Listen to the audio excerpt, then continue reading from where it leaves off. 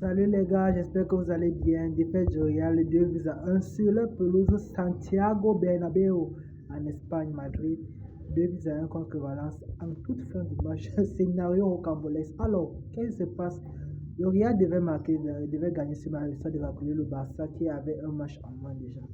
Et puis, le match commence, nous avons les actions notoires, ouverture du score de Valence après que Vinicius a raté son penalty après avoir obtenu ça de Kylian Mbappé. Donc je pense Vinicius, c'est quand même un peu triste pour lui. C'est vrai qu'il s'est racheté en deuxième mi-temps, il a marqué, mais c'est un peu triste pour lui parce qu'il n'a vraiment pas de confiance quand il tire le penalty. C'est comme si il se disait dans la tête qu'il fallait que je marque pour pouvoir rester le tout premier tireur de penalty. C'est vrai que c'est un peu un penalty qui définit tout, mais ça c'est un penalty très important dans la saison.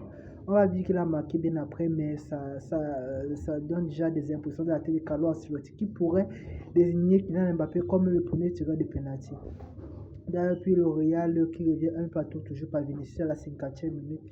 Et puis le match continue.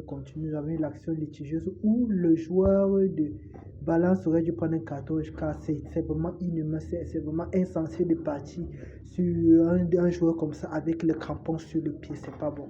L'arbitre devait donner un carton au joueur de Valence, ça c'est clair. Au joueur de Valence, ça c'est clair. Donc, et puis il n'a pas fait ça. Bon, ça aurait été plus facile pour le Real de pouvoir gagner ce match. Mais bon, le Real qui a donc dû se découvrir, ils ont forcé des actions, mais cela n'a pas pu. Mbappé qui tirait en l'air, ce qui a forcé Bellingham devant un bloc bas, c'est très compliqué. Jusqu'à donc cette action à la 90 plus 5 minutes où le joueur de Valence donc qui crucifie le goal avec une tête.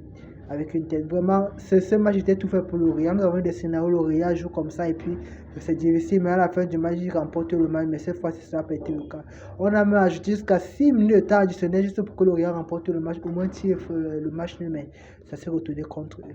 Mais là, ce Real donc, qui fait une mauvaise opération et le Barça, en cas de victoire aujourd'hui, pourra donc espacer le Real à 6 points. C'est compliqué là, les gars. A plus, les gars, restons scotchés.